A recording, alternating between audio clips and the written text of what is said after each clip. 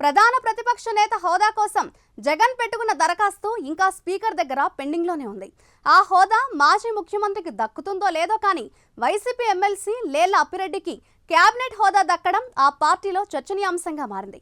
Party అధ్యక్షుడు సాధారణ ఎమ్మెల్యేగా మిగిలిపోతే శాసనమండలి ప్రధాన ప్రతిపక్ష నేతగా లేళ్ల అప్పిరెడ్డి క్యాబినెట్ హోదా పొందడం నిజంగా విశేషమే అంటున్నారు.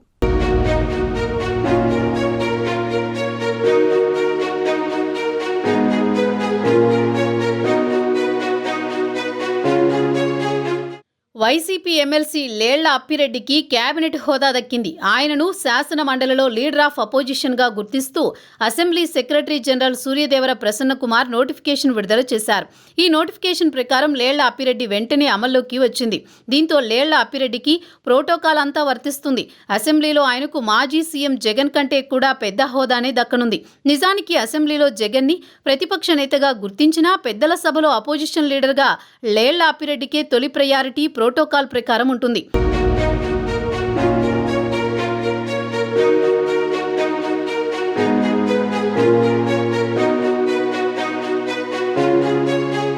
ఏపీ అసెంబ్లీలో వైసీపీకి ప్రధాన ప్రతిపక్ష హోదాకు సరిపడా ఎమ్మెల్యేలు లేరు. దాంతో జగన్ ఒక సాధారణ ఎమ్మెల్యేగానే ప్రమాణ స్వీకారం చేశారు.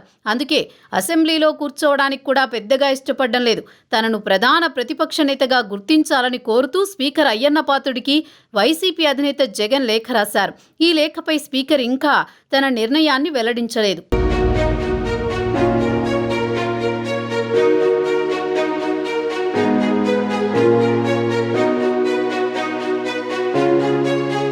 ఈలోగా లేళ్ల అప్పిరెడ్డికి హోదా వచ్చేసింది. దాంతో ఆయనకు శాసనసభ ప్రాంగణంలో ఒక ఛాంబర్ కేటాయిస్తారు. ఆయనకు ప్రోటోకాల్ ప్రకారం ఏమివ్వాలో అన్నీ ఇస్తారు. ఆయనకు పోలీస్ సెక్యూరిటీ వంటివి కూడా ఉంటాయి. వైసీపీకి ఇది ఒక విధంగా ఆనందమే. కానీ అధినేత జగన్ కేవలం ఎమ్మెల్యేగా ఉండడం, ఆయన పార్టీకి చెందిన మరో నేత మంచి హోదాలో ఉండడం అంటే అది నిజంగా విచిత్రమే అంటున్నారు.